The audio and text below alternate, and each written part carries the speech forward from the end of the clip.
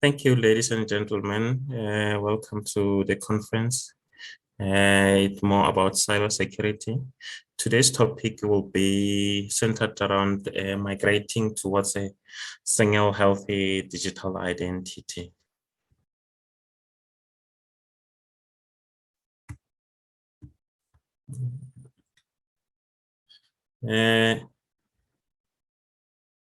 Is my presentation visible on the other side? Oh, let me share my screen.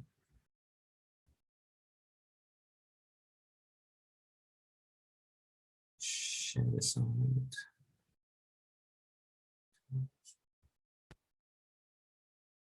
Is it visible?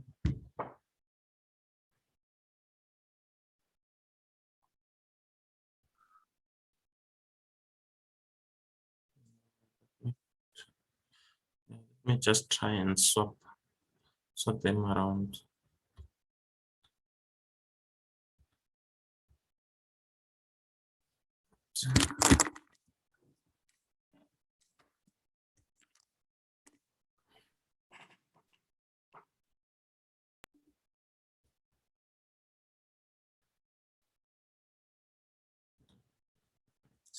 Screen.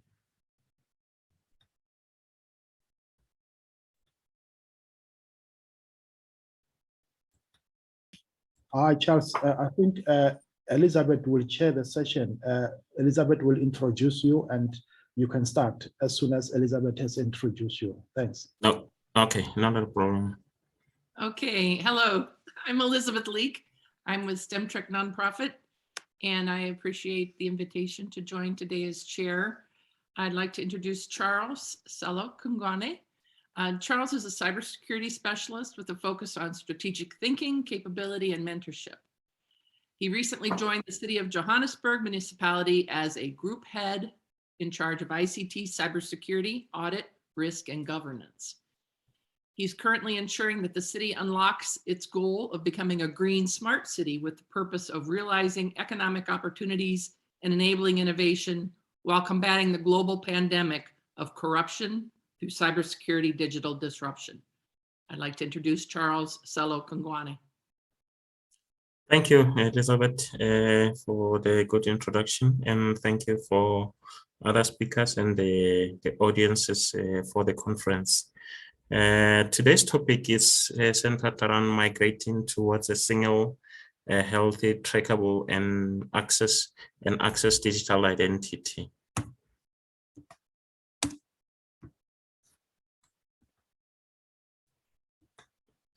Yes, the picture on the bottom right, it's got a lot of credentials, which mean that we access many services, but we can't pinpoint it to multiple identities. So that's why I coined the code to say, like, a well-designed digital identity not only enables civic and social empowerment, but it also make it possible real and inclusive economic gains. What does that mean? Integrated digital identity enables you to unlock the economic opportunities. Sorry about that. What is a digital identity? Basically, it's more around your home affairs, or if it's in European standard, it's your SSN details, your passport, meaning your travel information can be converted into an identity, your social political credential, your professional credential, your financial credential, meaning what you use to access your services in the financial institution, your geolocation, which has been growingly being more important about tracking human being, and also specifically for kids and all the lost people, your biometric, which is something that is growing currently at a rapid rate, your lineage, meaning your historical data to say, like, where do you go from, your anthropological history, and your health records. Those can be classified as part of your digital identity.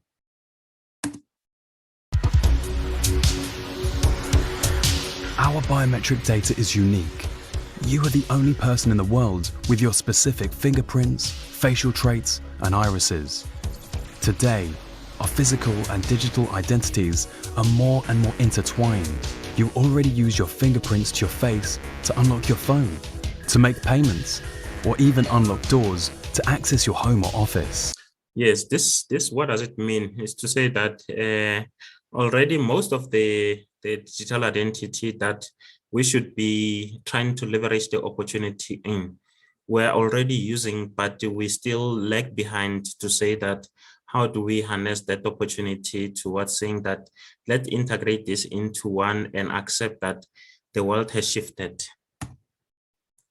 Why is digital identity is critical to in driving the desired future?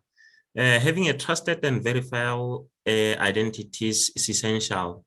That what does it mean? It means to say that you can't survive without a correct identity because you don't want to account for someone's wrong. As digital interaction increases at an unprecedented rate, the information compromising our identity has been widely shared in a ways that create both opportunities and risk.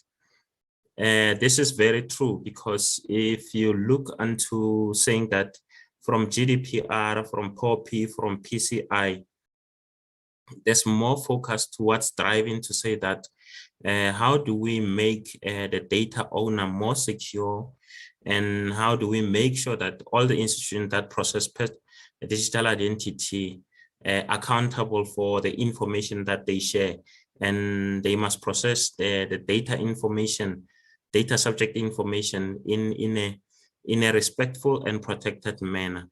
So if you have a verifiable and traceable foolproof digital identity, it will assist in the following: privacy and agency trust. The protection of privacy and personal choice is the key to the world design identity. Without proper digital identity, we can't respect your privacy, and agencies can also undermine you, and there wouldn't be any institution to build a trust around your data. Digital inclusion and opportunities. Bridging the digital identity divide can bolster human and expand opportunities. This means to say that if we have proper digital identity, we can introduce the virtual university, or we can remove the boundaries that impede most of the social factors are impacting on others. Like, for example, the banking. You can bank anywhere, you can travel to anywhere without having to carry multiple identities. Then you move from silo to collaboration. A collaborated digital identity that blends traditional boundary is catching on. That's what I'm saying. Like, if you move from silo to collaborative, the bank, we know that are moving fast and are employing the best technologies. We have Home Affairs, which houses our data. We have other institutions. So this should be a mode to say, like, why can't we have all these institutions that control our critical digital identity? Build one place where we have the source to say that with that identity that is being built, you can go anywhere within the country. Your access will be guaranteed as long as you have a verifiable digital identity and being registered. Identity fraud and cyber resilience. The increase in the amount of personal data collected and exploited creates security challenges. This is a nightmare for, it's still gonna become a nightmare for many institutions to say that identity fraud is still the biggest challenge. And even every risk actor, threat actor, what they do, the first thing that they target even when they challenge an institution is to look where is their identity stores. You can scan and get all the holes and and manage to bypass all the firewall. But if you can't find a way to pinpoint to say like, how is the identity of that institution created, and how do you create yourself and embed yourself within the organization, it's unlikely for you to run some of the processes within that institution. So the cyber fraud and also creating resilience in terms of processes that can self-correct, they depend also on verifiable digital identity. Economic value of digital identity. Digital identity can translate into serious economic gains. Let's think in terms of universities. The lines whereby when there's enrollment and there's a lot of things that are required, you don't have to carry all the documentation. As long as you have your smartphone, then they can send you an app where you can scan your face and verify through entering multiple details. Then you are enrolled at the touch of your smartphone, which it should where the goal should be going, to say that we must move away from paper-centric processes, to say that most of the people, I will say 90% of the people, are also at the smartphone phase, to say that let's design APIs that we can use to scan through, then thereafter use the digital identity to create a file and allocate wherever the person qualifies to be. What are the most causes enterprise or nation to fail in digital identity? The root cause is to say that the approach in the concept like digital transformation is in a silo or limited approach. What I mean to say that most nation states, even companies, they approach digital transformation as an independent, not as a collaborative view, which is killing to most from cost perspective that you said you are saving. So the digital identity transformation, you can't win it on your own. So, and how to solve it? Digital transformation is a national agenda and it's a culture paradigm shift. It should be multiple institutions coming together to say that we are changing the culture and the behavior of our nation.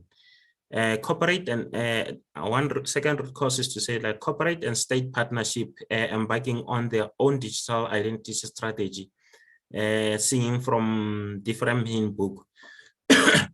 If an institution or a state try to build its own identity without calling those parties that are deemed to leverage the data, their data, without calling them, it's another process for failure, because you will still need to improve it when people come to play. So how should that be solved as a challenge? Digital identity strategy, it's a corporate and state partnership to leverage opportunities and build an intelligence together. If we are moving to an AI world, you don't have to depend where the data sit. It's all about having a data engineers that can pull you data and link everything together. For example, your social media profile, your professional profile, your work profile, and your home affairs profile should all be linked into one, to say that how do we trace that and how do we remove that those risks around your identity. And that it also helps to fast track in terms of when the nation state is protecting you, or you have done a fraud. So it will be easy for such institution to pinpoint, to say like where the problem come from. Approach to cloud technologies and services is not a well-researched process.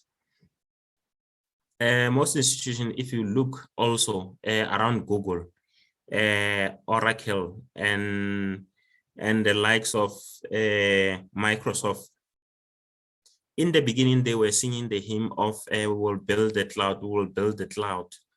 But because of they didn't understand that the cloud is not something that you try and wake up and say, I will implement it.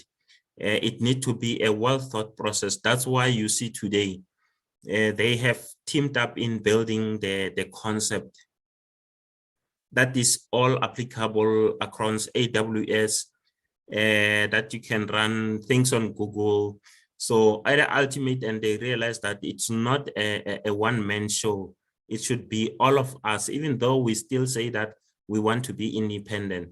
But for us to leverage the opportunities for our clients and make money, we need to team up towards the cloud services.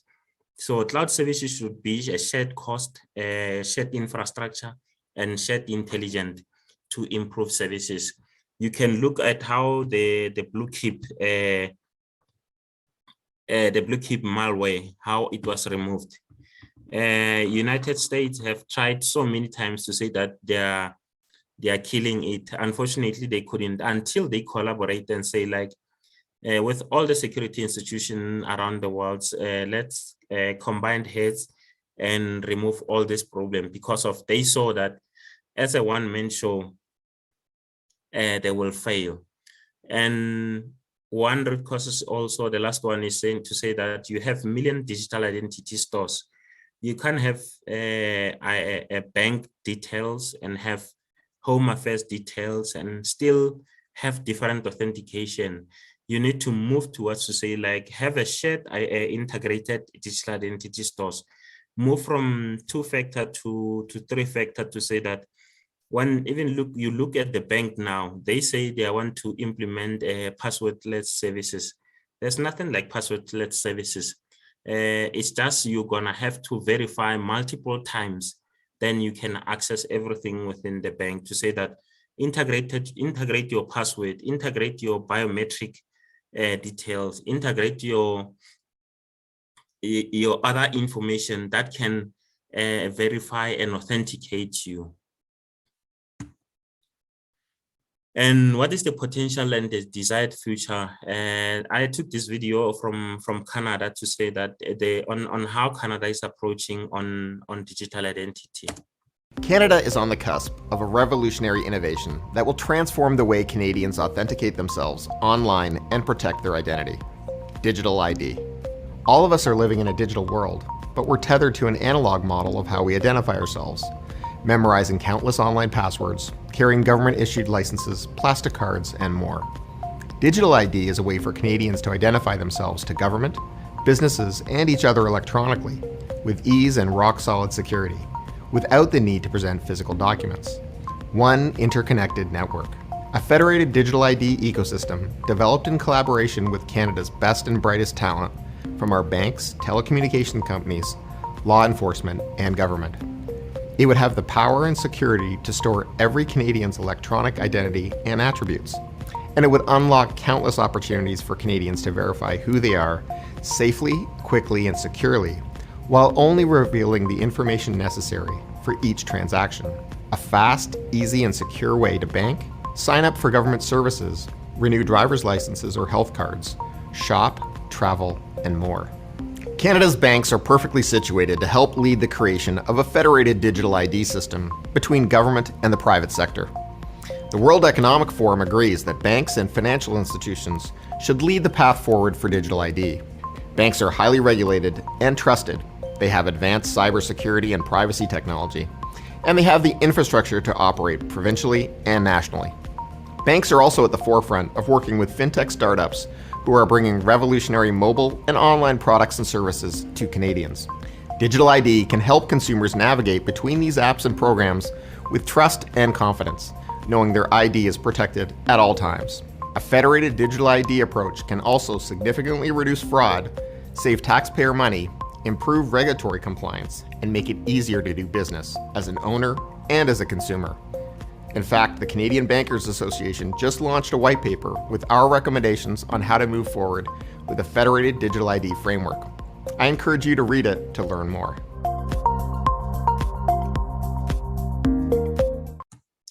Yes, so that's how it come to an end. I don't know if anyone will still have the question to pose for me to can answer.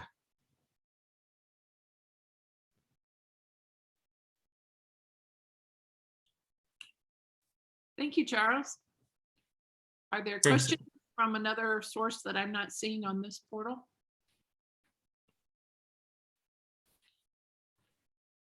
Hi, Charles. Just to jump in there, I know migration to digital is still something new to everyone. So I just want to find from you, what are the simple steps, especially most people coming from the legacy systems, what are the simple steps we need to consider before we migrate into digital technology? Thanks, Charles. Yes, as said thank you, Mishak. As said in the previous few slides, I said like digital migration. It's not a single ended or a silo approach work. It should be a collaborated view. And what are the few simple steps? Is to say that while we are busy working on improving the legacy system, start gradually to build towards the future, to say that what are the quick wins towards what you desire, and have don't build a big bang strategy. Have a small scale strategy that will help you realize and view the rewards of like building the future. And also that will be your sort of pilot, which can have the result that you will show to your audience to say that this is where we want to be. Because in today's world, no one wants to invest in something that can be measured or that is not tangible. You need to show, to say like, what is the return on investment and what are the benefits towards what we are trying to do. Thank you. Thank you very much, Charles, for such informative presentation. Thank you very much. Thanks. Thank you, Charles. At this time, I'd like to introduce Taran Woods. Taran is a young cybersecurity professional with more than 6 years of experience in the industry. She joined Darktrace 2 years ago, and she says that she's incredibly passionate about AI and ML and how it is applied to information security. She's fascinated and inspired with Darktrace's continuous innovation and ultimately aligning to customer challenges, particularly around automation. Her personal mission is to guide companies to enable their business and empower their human teams through more sustainable cybersecurity approaches, creating a more resilient environment in the process and solving real-world problems. Welcome, Taran.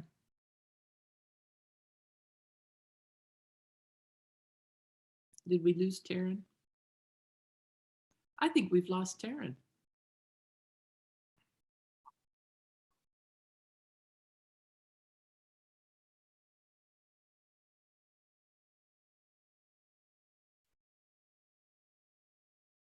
I have a follow-up question for Charles. I imagine consumer trust and confidence will be difficult to win over in all cases. I know that's a problem in the United States and other countries that I've worked with, as far as a national digital identity. That'll be hard won, I imagine. Do you see that being a problem? No, not really. It won't be a problem, Elizabeth, if, like I said in the beginning, it's a culture change, to say that the way of doing things have to change. It should be also, there should be a political will to change people's mindset. It's the same as if you look in COVID, before COVID, no one was prepared to work from home. But because it became a pandemic that affected every state had to take ownership and had to educate their own people to say that we are moving away from working in this way towards working from home. So it should be a combined effort in educating people. Maybe we've learned something over the past 2 years. I think that may help. Well, I see Exactly. Taran has joined us now.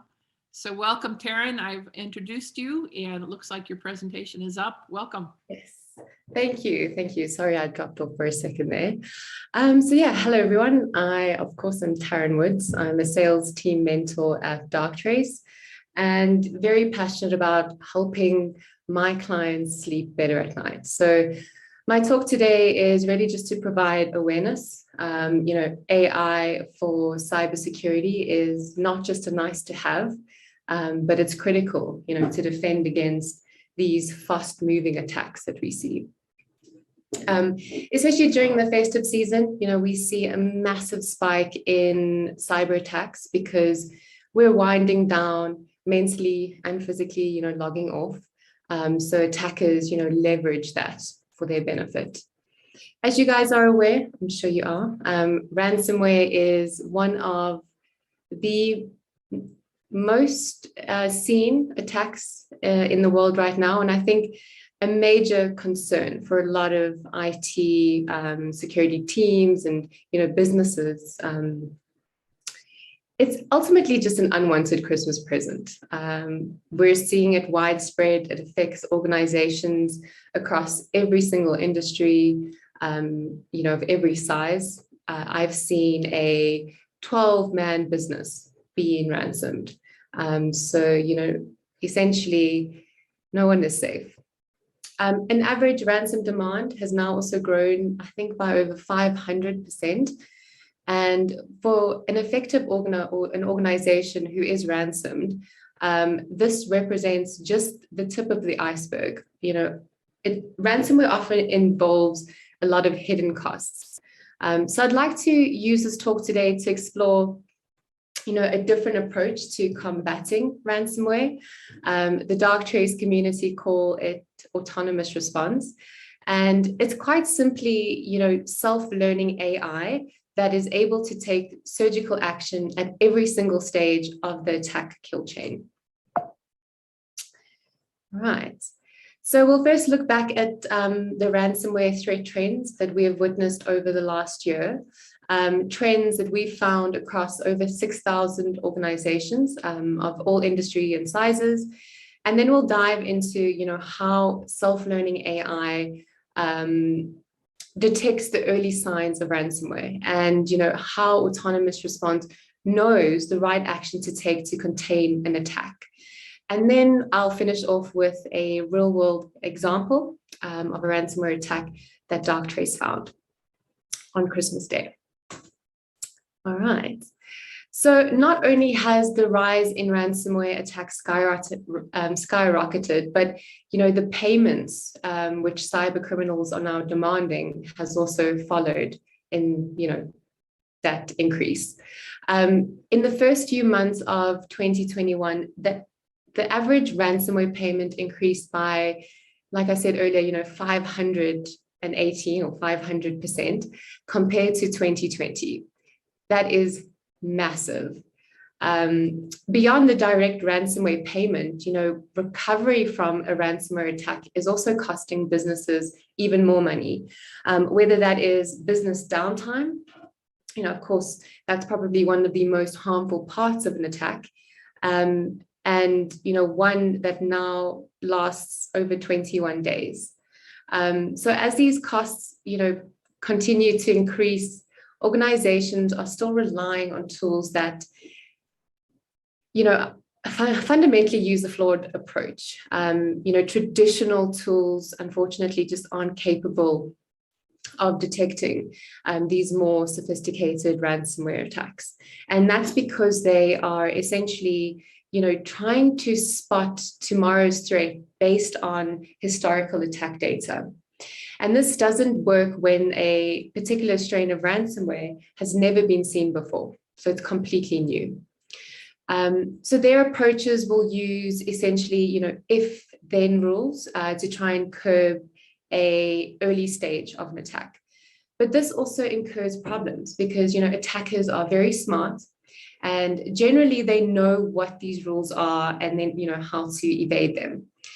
Misconfigurations, rogue employees also can set off a mass of false positives, which become impossible for security teams to filter through. And these critical alerts are just, not that they're ignored, but they're missed. So when a genuine threat does occur, the time to respond is often way too slow to, contain that attack before damage is done. Humans alone are just ill-equipped to respond to today's, very fast-moving ransomware. We've obviously seen this quite substantially. And this is really where, AI comes into the conversation. So self-learning AI is at the heart of everything that we do here at Darktrace. Very similar to the human immune system. It learns the digital DNA of your organization from the ground up. It's learning every device, every user, every interaction, from scratch. And this allows our technology to have a deep sense of self of your organization, and allowing it to recognize activity that potentially deviates from that, learned pattern of life. Every single deployment of, self-learning AI is different.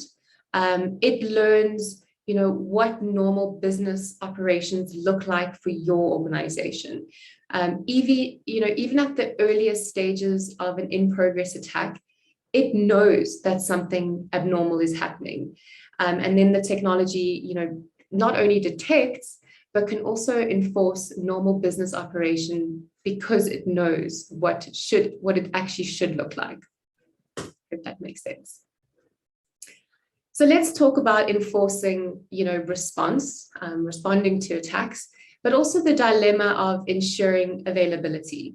So you may hear a lot about automation and autonomous, but these often mean, very different things. So automated solutions usually involve pre-programmed playbooks with a series of, if this happens, then take that action kind of statement. This can cause mass disruption to the business because, sometimes it will respond to a false positive or something that is actually legitimate. True autonomous response, on the other hand, can spot zero-day cyber attacks, so things that we've never seen before. Without having any playbooks or pre-programming, our autonomous response can take action and knows, the right action to take at the right time to contain that threat. So it's very, very intelligent in its decision-making process. Critically, when we're enforcing this response, we're allowing normal operations to continue. And that's because the AI understands what is normal. So, we're not disrupting normal business activity. And ultimately, it's a win-win situation, containing the threat, helping the IT teams, kind of giving them some time to catch up and then respond to that threat. Being able to rely on AI to surgically respond, when you're away, certainly aids a, good night's sleep, as I always say. And then I'd like to just quickly touch on, automating the investigation process. I just wanted to kind of touch on this because I feel that this is probably one of the most amazing things that Darktrace has innovated. Being able to automate the investigation process sounds impossible, but with AI, nothing is impossible. So Darktrace have successfully created an industry-first AI analyst. It's completely automated, and it's essentially trained on the behavior of hundreds of expert analysts. So the cyber AI analyst will conduct completely autonomous investigations on your behalf.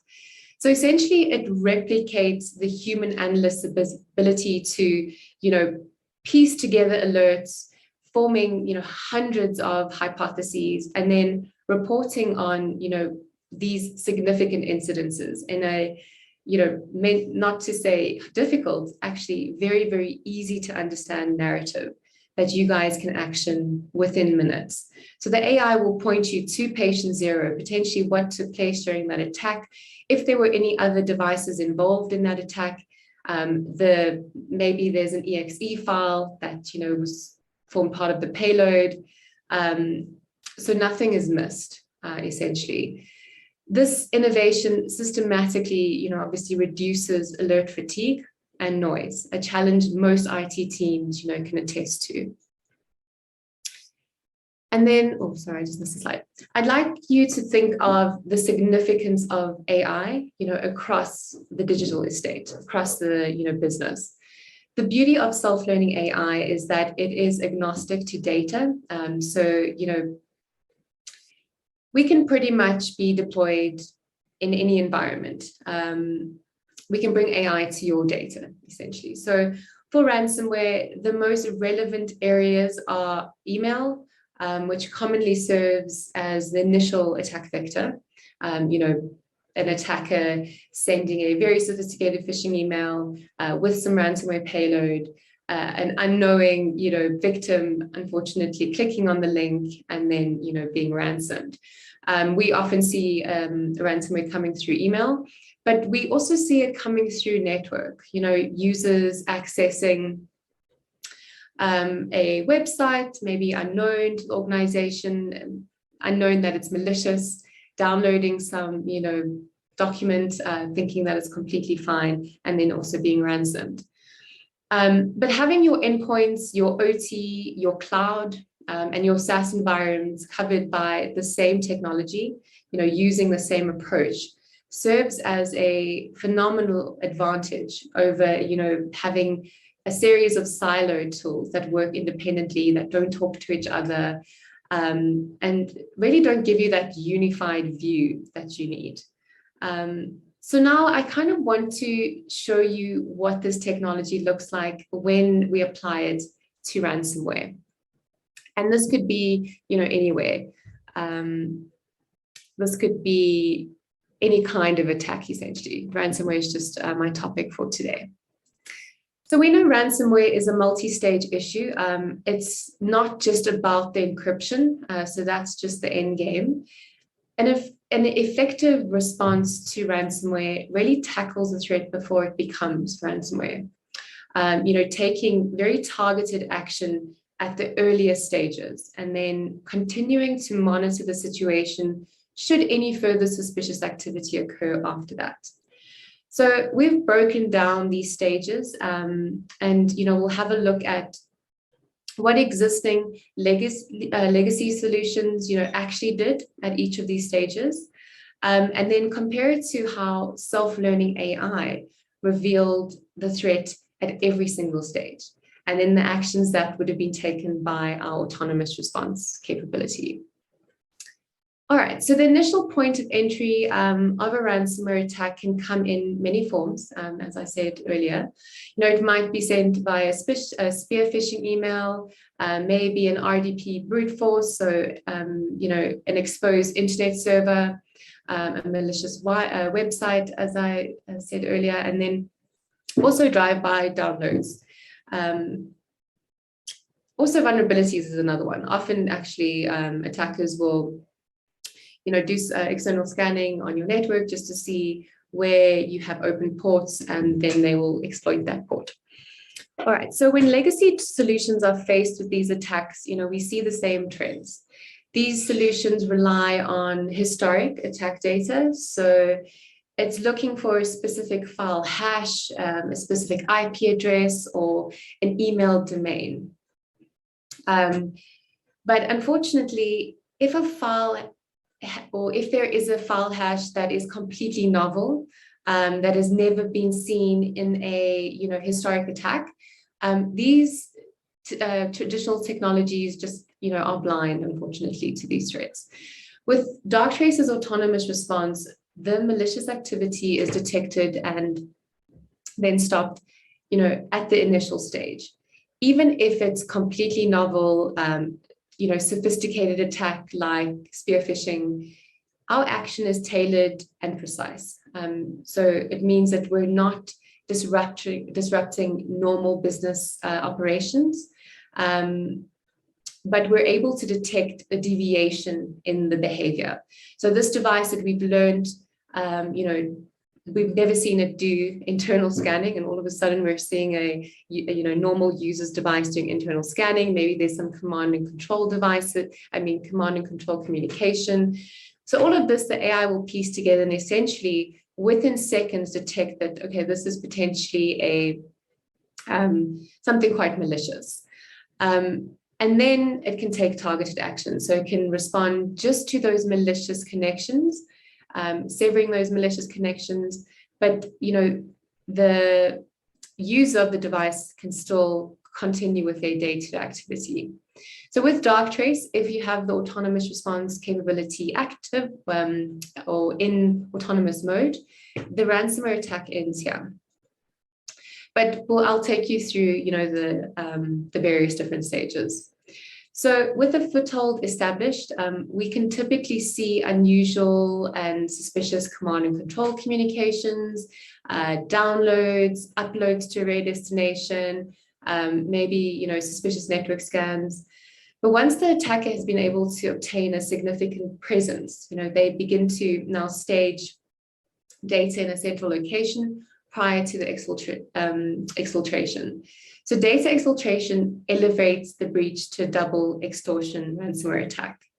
So I'm not too sure if you guys know what that is, but essentially taking hold of your data and having and essentially saying that they will share your data on the dark web. So not only are they ransoming your data, or they've encrypted your data, but they're also now saying that they will share it externally.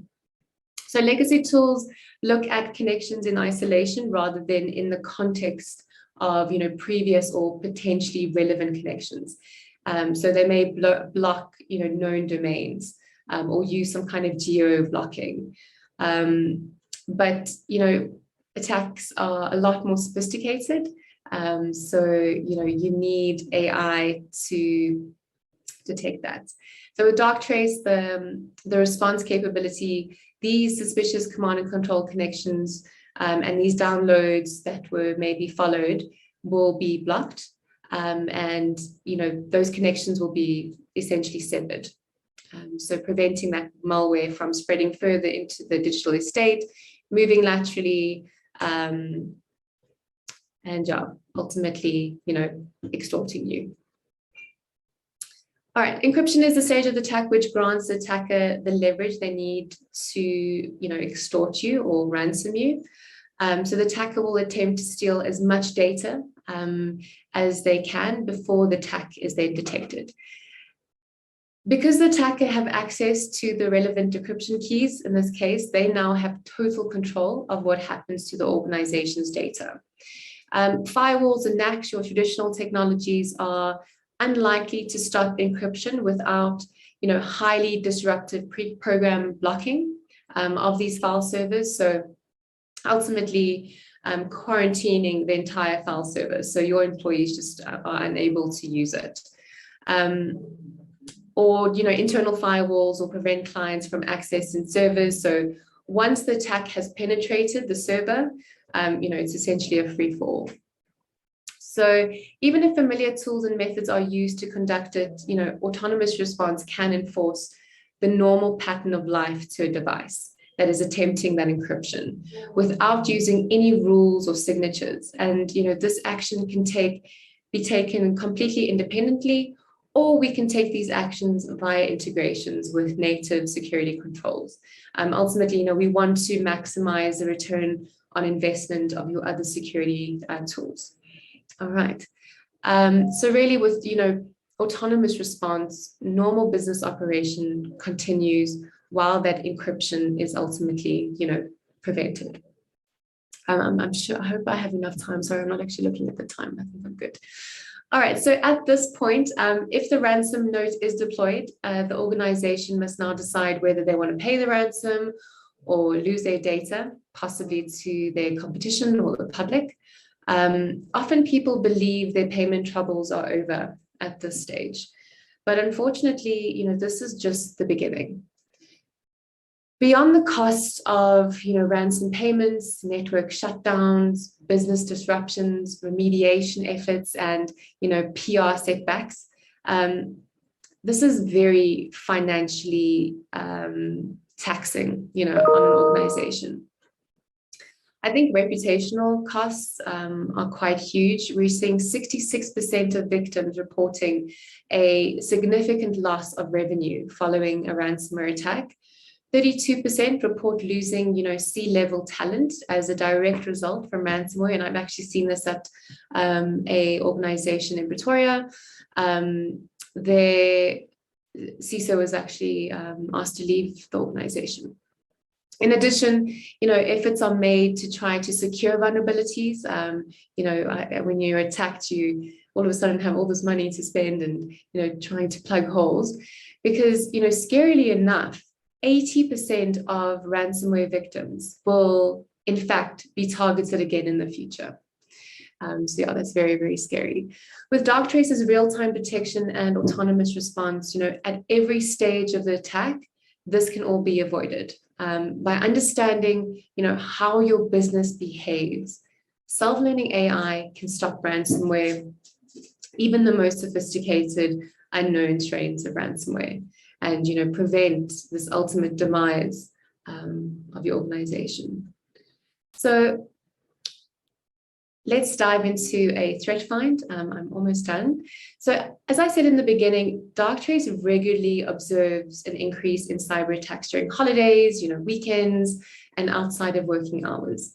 It's clear that, such off-peak attacks allow for easy exploitation because there's no humans, to kind of step in.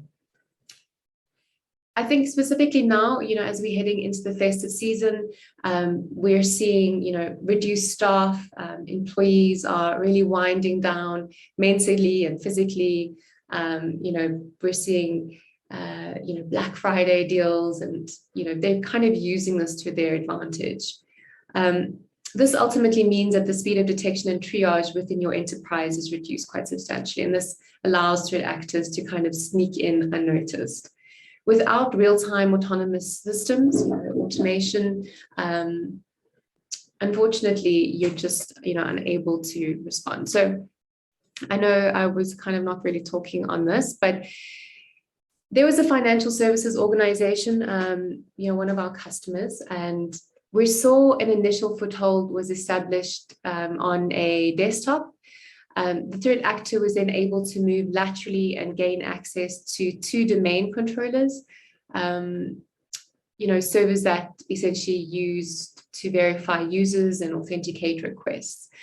Just to note, our autonomous response was not active on the customer at the time, so we weren't able to respond, but this just gives you a really good insight into, the kill chain. So the 2 servers then made unusual command and control connections to a rare endpoint that was linked to ransomware. Without anti-gene in active mode, or our PTN SOC service, this threat unfortunately remained, uninterrupted. The threat suddenly re-emerged after hours on December the 1st. So kind of, they got a foothold, communicated back to the attacker, and then, when they realized this is the perfect time to release the ransomware, they did so. All right, so there were a number of writes to suspicious, to lots of files on a file server. A predetermined set of company data was then exfiltrated. So they obviously, found very specific sensitive information. And then this ransomware payload was downloaded from the same cloud destination where this data was exfiltrated to. Yeah, so very, very scary. There's nothing, unless you've got guys actively monitoring on the 25th of December, this is the last thing you want to deal with while you're having a Christmas lunch. Okay. All right, I'm not going to go into this one. There are lots of examples on the Darktrace blog. We release weekly threat finds. So we've got, specific ones to ransomware. So please go have a look. Ultimately, unlike a human, AI never sleeps and never takes a holiday. Instead, the AI stays active around the clock. And, that's the benefit of Darktrace. We're able to contain threats at the earliest stage, really preventing malicious activity from escalating while giving human teams valuable airtime to then react and remediate the root cause of any incident. So yeah, I hope this presentation served as a reminder of the need for 24/7 attentiveness. Security professionals increase their skills and creativity in combating threats. So are malicious actors. They're continually adapting their response and are using timing ultimately to their advantage during these attacks. So now more than ever, it's clear that autonomous AI-based detection and response is critical. All right, so thank you. I don't know if there's any questions. Thank you, Taran. That's fascinating. I'd like to ask you about a dozen questions. I think we're at time. I don't see Tawanda with us, but I'll go ahead and run through that introduction. If there are no questions from the other source, Mishak? Oh, yes, Taran, thank you very much for such an informative presentation. I just want to ask just one question. Some of our defenders, we are coming from the traditional environment of securing our environment and so forth. So we used to get a lot of false positives. So in regard to AI perspective, are we still going to get some kind of false positives? That's a brilliant question, Mishak. So, for me, false positives is very much a traditional security jargon. Darktrace may detect things that are not risky for your organization. So because we're learning, what is normal and detecting deviations in that pattern, this initial deviation, maybe we've never seen it before. You guys maybe do backups once a month. So initially we pick up that backup as, malicious, but okay, no, we normally do that on a monthly basis. Eventually the AI will learn and it won't alert on that anymore. So yes, we significantly reduce that false positive rate. And because we're giving you so much insight and detail, Mishak, I know we're running a proof of value with CHCP, we can showcase how quickly you can come to a determination around whether this is legitimate activity or whether this is something you want to maybe have a look at deeper. So yeah, I hope that answered your question. Thank you very much, Taran. Awesome. Thanks, guys, for having me. That was great. Thank you very much. I don't see that Tawanda has joined, but I understand he has a video. Is that correct? Tawanda Chowuraya has 6 years of lecturing experience. He's been involved with technical vocational education and training, as well as teaching at the university level. He has a bachelor's of technology in IT and a master's of technology in IT from the Department of IT, Faculty of Informatics and Design at the Cape Peninsula University of Technology in Cape Town, South Africa. His primary areas of interest are machine learning and with a focus on content clustering. So I think we can queue up Tawanda's video.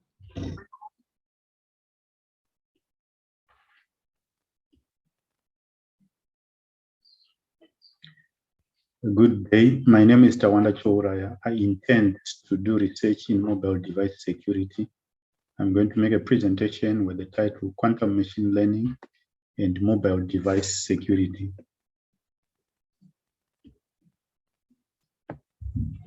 Mobile devices usage is continuing to rise throughout the world. The usage is prevalent in both developing and developed world. Statistics show a rise of about 87% increase in the uptake of mobile device usage. That is in the year 2012. The usage of mobile device went up by about 120%, while the usage of personal computer went down by 4%. The increased use of mobile devices has opened a challenge of security Hackers are now interested to access the mobile device because of a myriad of valuable information on these devices. The information includes financial, payment information, text and visual information. The current advanced detection methods are machine learning, which use classical computing. These methods are now falling short. There are threats which are going undetected. Machine learning algorithms are developed for classical computing are slow, expensive in terms of computational resources, especially for low-resourced mobile devices. Classical computer algorithms cannot detect all threats. A promising better method to detect threats is quantum machine learning. Quantum machine learning is making inroads in the field of communication security. This is made possible by basic properties of quantum computing. Parallelism can be achieved in the execution of quantum machine learning. Quantum machine learning can work better and faster in low-resourced devices to detect threats that classical computing algorithms cannot detect. This paper is addressing mobile device handset security and delineated to data communication. Data communication in this context is text-based communication. If security is not addressed on mobile devices, valuable information on the devices will be at risk. There is also a new trend called bring your own device in the corporate world. This potentially exposes the corporate servers and cloud infrastructure. If the bring your own device architecture is not well configured, threat actors can gain access through mobile devices. Mobile devices use an operating system, which is an interface between the device and the user. There are many different types of mobile device operating systems around, but the main types of mobile device operating systems are Android, iOS, and the Microsoft Windows phone. The most common mobile device operating system is Android. As of 2016, about 87% of smartphone users were using Android-based devices. Unfortunately, the popularity of Android also spares interest from cyber criminals who create malware and malicious apps that can steal sensitive information and compromise mobile systems. With Android as policy of open source kernel, malware writers can gain a deeper understanding of the mobile platform. There is an alarming increase in the amount of malware for mobile devices. The different types of malware include viruses, worms, Trojan horse, rootkit, and ransomware. And each malware and family of malware is designed to affect devices in different ways. They can damage the device or allow remote code execution or steal confidential information from the devices. Malware sophistication techniques like obfuscation enables malware to avoid detection or become very difficult or to detect. Hence, detection methods must also evolve to keep up with the malware sophistication. Malware detection techniques include signature and heuristic based detection methods. We also have machine learning based approaches and quantum machine learning based approaches. With signature based heuristic based approaches, the detection is very fast and the technique is quite efficient for detecting non-malware, but they fall short when it comes to detecting a non-malware. Machine learning based approaches perform better for unknown and complicated malware. Machine learning can be used to train characteristics which are application usage rights and get training models. Android malicious application process can be detected using the trained model. Machine learning is becoming the in thing for detecting malwares, especially in mobile devices and communication networks. And communication networks are managed more and more by artificial intelligence. With machine learning, developments appear promising in detecting intelligent handling of new threats. And tasks such as user behavior, network monitoring, and anomaly detection are areas where machine learning will work better and can be more efficient in detecting malwares, unlike the traditional means where we use the heuristic and signature detection methods. We can now use machine learning, which can do a much quite better in detecting these malwares. But even machine learning itself is also falling short because there are limitations of resources, especially on mobile devices, which runs on battery and limited CPU and limited RAM.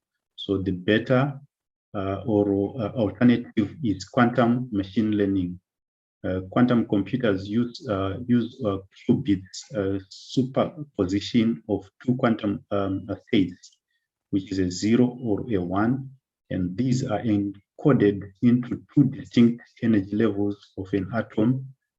They can follow many different parts of computation at the same time, compared to a classical computer that implements only two states, which are 0 and a 1. So the quantum computer can outperform the classical computers in the machine learning tasks. The ability of quantum states to be in superposition can thereby lead to a substantial speed up of a computation in terms of complexity. And since operations can be executed on many states at the same time, so the quantum machine learning will perform better. And antiviruses and any detection system that focuses on single strategy to detect compromises are becoming ineffective. And today's malware containment strategies have evolved, not just like the classical ones based on polymorphic and metamorphic methodologies, which killed the signature-based detection that antiviruses use, but also the capabilities to fileless malware. For example, malware only resident on in volatile memory that makes every disk analysis senseless. So in this case, we need better detection methods, which is machine learning, but even machine learning itself is also falling short. That's why we need a better method to detect malwares, and the better alternative is quantum machine learning. And the increasing computation power of mobile devices has also enabled them to execute sensitive applications such as banking, payment systems. And this has also increased the challenge of security on mobile devices as more malwares are now targeting at them. And in the past years, like for example, in 2017, there was about 3.25 million malicious Android applications that were discovered. That goes to show the rise in malware and malicious actors that are targeting the Android platform. And this translates to about one malware every 10 seconds, which is released to target the Android platform. So a considerable amount of work has also been done in the use of machine learning to detect anomalies in mobile devices. Some general methods include monitoring the power usage of applications and identify abnormal consumption. Another way is to monitor system calls and report unusual system calls. Others compare applications with non-malware program code. That's how the malwares can be detected. Those are some of the means or the ways that can be used to detect malware, especially in these mobile devices. Malwares are continuously evolving, and they are also becoming more sophisticated, and they're also becoming complex and diverse in order to evade detection.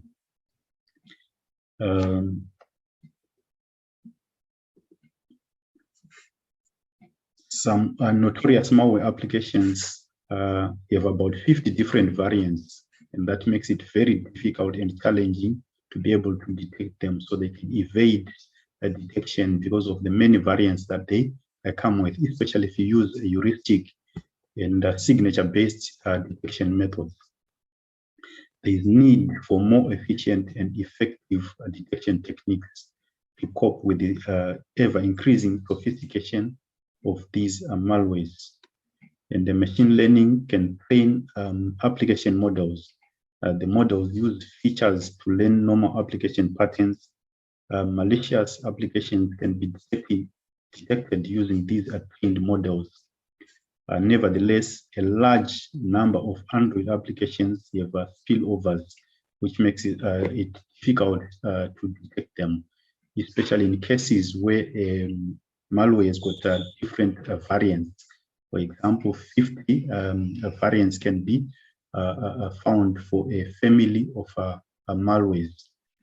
Moreover, if a single feature will reduce the effectiveness of the system classification, which results in high false positive rates. And quantum machine learning in mobile device and security, quantum computing has the potential to offer new capabilities, and quantum computers will achieve breakthroughs in cybersecurity. Internet encryption could be replaced by more secure approaches. Quantum theory is a concept that was introduced more than 30 years ago. It is a subject of much interest and research, and a great deal of amount of research by industry and academia has been made to implement quantum technologies.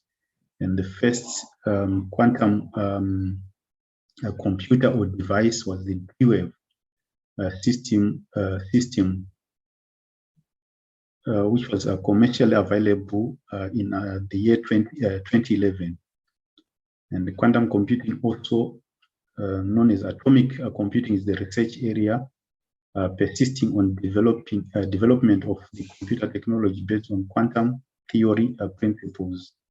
And the quantum theory describes the behavior and nature of energy and substance on the quantum, which is atomic and subatomic level.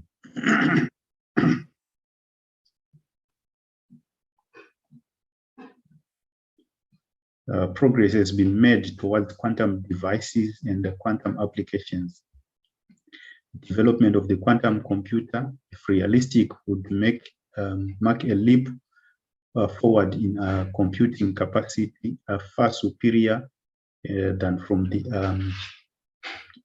classical computers that we currently have.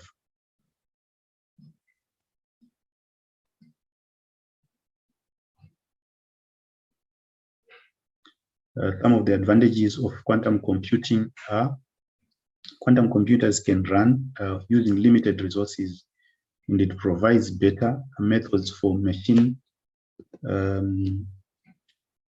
Quantum computers can run using limited resources.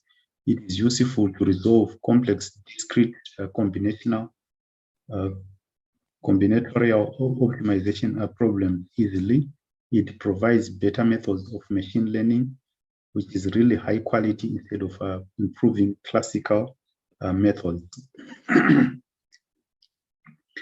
A literature review was done to ascertain the technology maturity and also to form a basis from which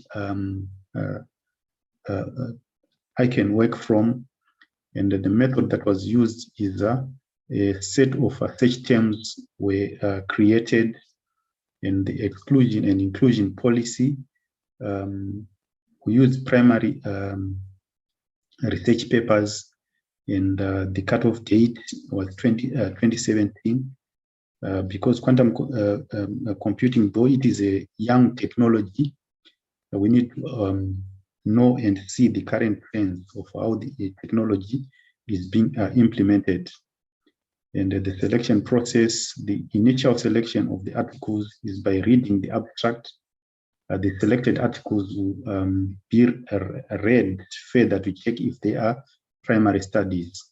And there is limitation of resources, so only first and second pages of the search results will be considered. It is not an exhaustive literature review, and only Google Scholar Library was used because of limitations in resources.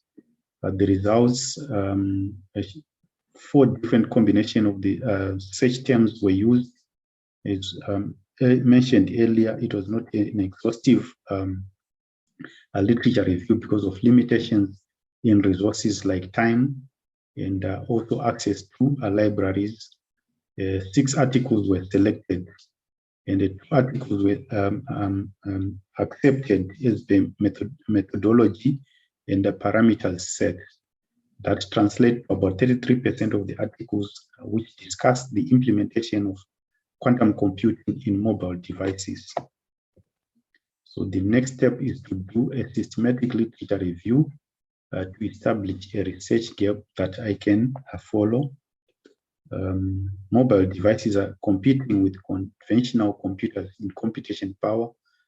This allows them to run many applications. Some of these applications are critical security risk, and there is need to make these devices secure.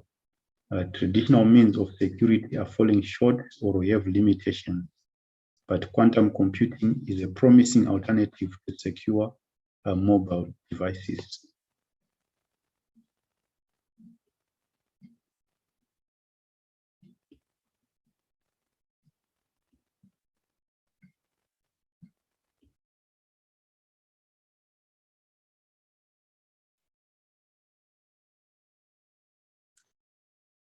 Thank you, Tawanda.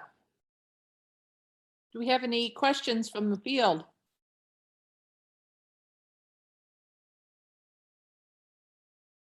Don't see any in the chat. Mishak, do you have any questions for Tawanda? Thanks, Elizabeth. No questions, thanks. Okay. Well, then we will be wrapping up this session, and the next one will start in approximately 15 minutes. Is that correct? All right. Thank you.